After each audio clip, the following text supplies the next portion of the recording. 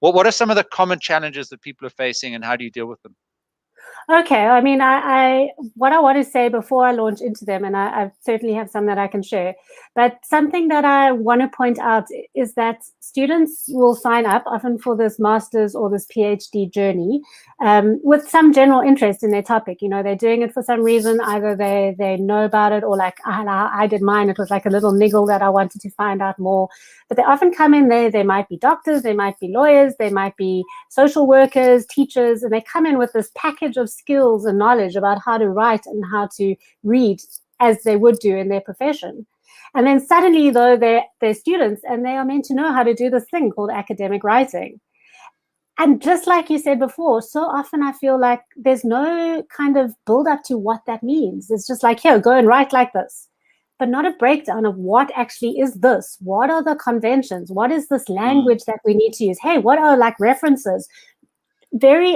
I don't want to say never, but there's very seldom an adequate focus on those very building blocks of what academic writing is. And then I think what happens is that because time is passing, you just kind of faff your way through. You might get into bad habits. You might not learn those tips and tricks about how to make it easier for you. So I very much see what I do as making that explicit. Like, why are we keeping these secrets? Let's like share them with students. And, you know, that's not it's kind of, you know, it's not a purely generous thing to do, but the better new students know how to write their theses, the better that is for the world of knowledge. Hey, the better it is for all of us researchers. We're going to be learning from each other. We're going to be growing. The world of knowledge is developing. And so that's why I'm really passionate about being explicit about like, okay, here are the rules of the system, figure out those rules. And once you know the rules, hey, then you can start playing with them and mixing things up and taking risks as well. But yeah, my big jazz is making those kind of fundamentals really clear and explicit to the reader. But so you asked, what are some of the things? Well, I'll tell you what's really interesting. So often when I deal with clients, so they come in wanting to know about grammar, or they come in wanting to know about referencing. But we start talking and people's ideas around their writing is actually so much more than that.